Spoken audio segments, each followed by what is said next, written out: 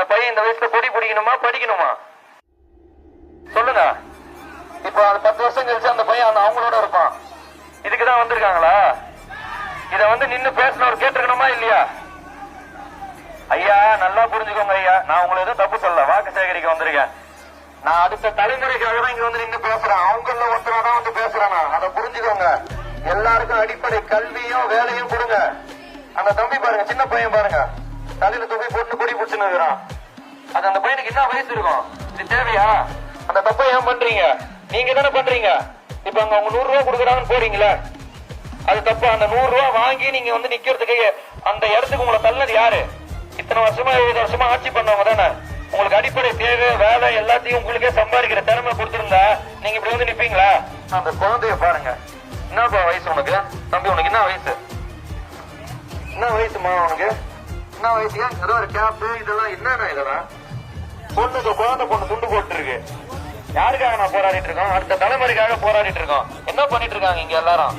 நீங்களாம் யாருமே கேட்க மாட்டீங்களா? சேர்த்துதான் பேசுறேன், உங்க பசங்களுக்கும் சேர்த்துதான் பேசுறேன். ஆறு அபிஷேக் ஐயா, ஐயா மரியாதையா பேசணும், வா போன்னு பேசக்கூடாது. மரியாதையா பேசணும், வா போன்னு பேசக்கூடாது. கேமரால ரெக்கார்ட் ஆயிட்டு இருக்கு. வா போன்னு பேசுற வேலை எல்லாம் இங்க இருக்கக்கூடாது. ஒருமையில துண்டை கொடுங்க அவர்கிட்ட துண்டை கொடுங்க. பாமக துண்டை கொடுங்க. முடிஞ்சா இங்க வந்து பேசுங்க. பின்னாடியே போயிட்டே இருக்கிறீங்களா? வாங்க முன்னாடி வாங்க வாங்க. துண்டை கொடுங்க ஐயா, துண்டை கொடுங்க ஐயா, அவருக்கு துண்டை கொடுங்க ஐயா. அப்ப நீங்க யாரு சாத்தா பேசுறீங்க? அப்ப துண்டை கொடுத்துரு. இப்படி எனக்கு புரியல, பண்ணிக்காதீங்க. வாங்க வாங்க, பண்ணிக்காதீங்க ஐயா. எல்லாருக்கும் பேச தெரியும், எல்லாருக்கும் பண்ண தெரியும். உங்க பசங்களுக்காக தான் நான் இங்க நின்று பேசுறேன். நானும் நேர்மையா சொன்னாதான் மக்கள் ஒத்துக்க மாட்டேன். இங்க பாருங்க, இது இந்த பையனுக்கு தேவையா இந்த வயசுல? அதான் நானும் கேக்குறேன். அவங்களுக்காக தானே பேசுறேன். இவங்க யாருமே புரிஞ்சுக்க மாட்டாங்க. 100 ரூபாய்க்காக போய் நிக்கிறாங்களே. அவன் 100 200 குடுக்கறான் பாரு. லாரியில ஓட்டுறாங்க ஓடிடுறாங்க.